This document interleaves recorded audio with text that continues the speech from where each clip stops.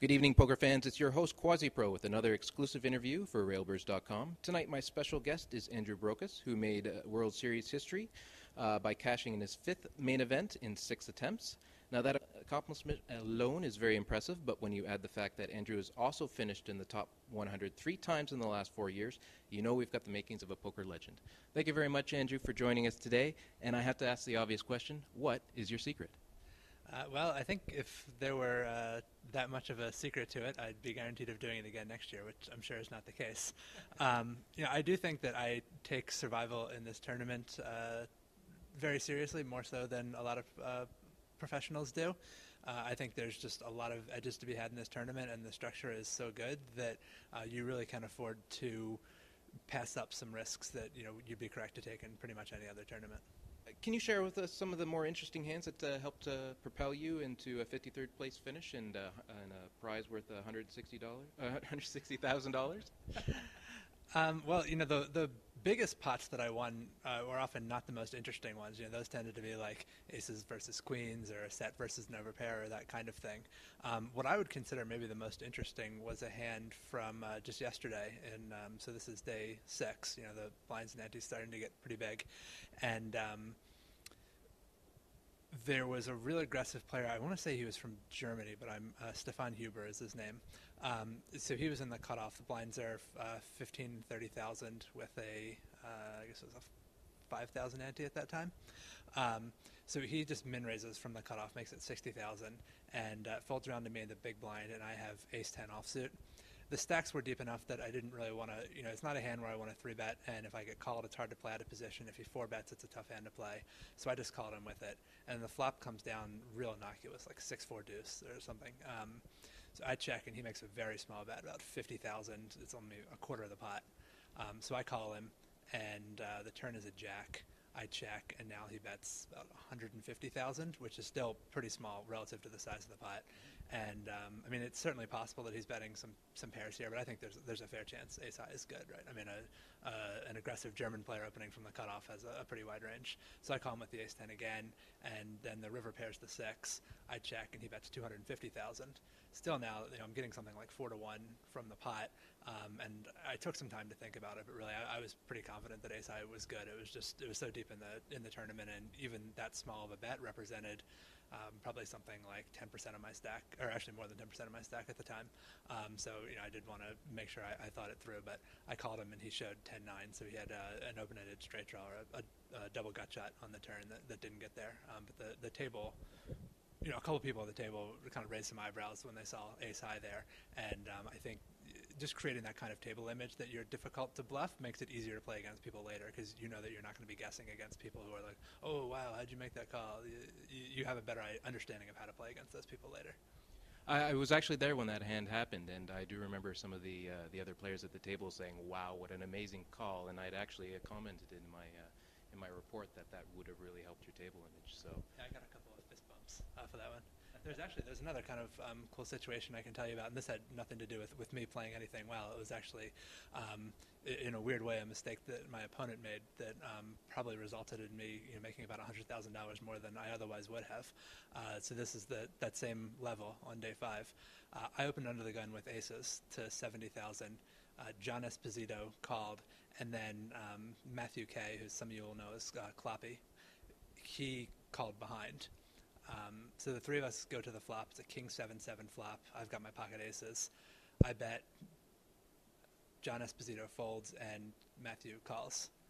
The turn something irrelevant, like a 4. We both checked. The river's another king, so now it's king 7-7 4. I just check and call on the river with my aces. He shows pocket kings, and he says that he didn't realize I had raised under the gun. He thought it was just Esposito opening the pot, and he flat called. So if he had realized that I had opened, he presumably would have 3-bet us. I would have 4-bet him. We would have gotten all in. He would have sucked out on me, and I would have been out of the tournament there, rather than going out this morning when I did on day 7. And I think it probably was a difference of about $100,000.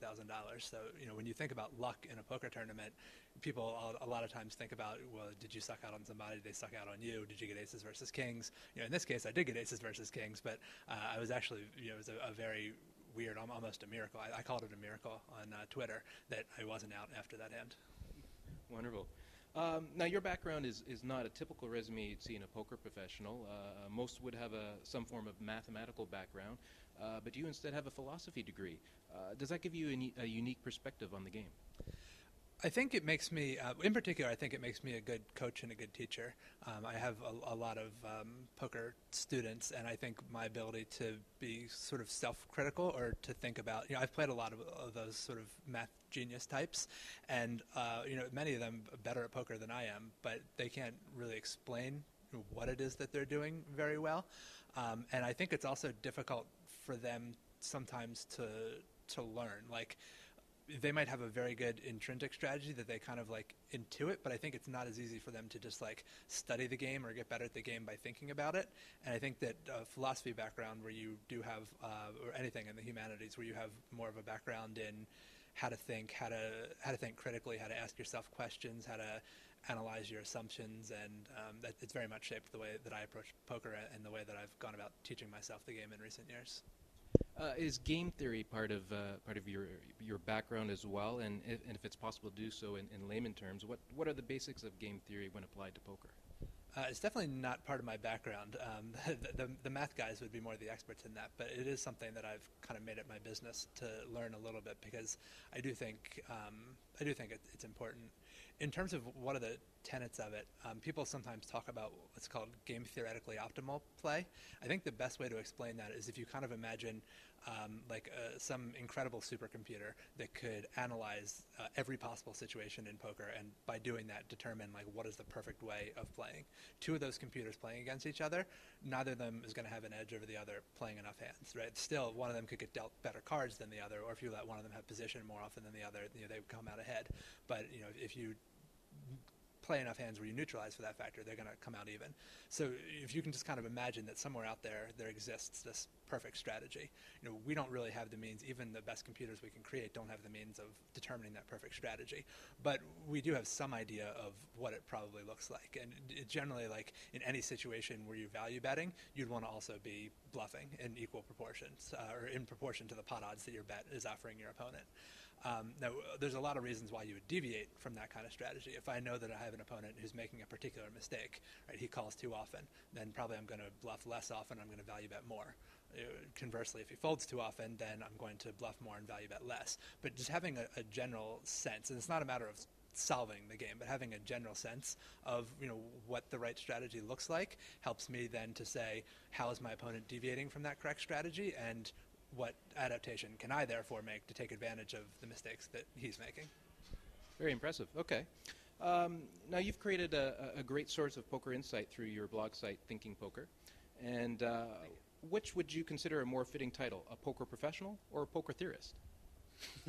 I like the sound of poker theorist better. That does not really pay the bills. But yeah, it's certainly a nicer sounding title. Okay.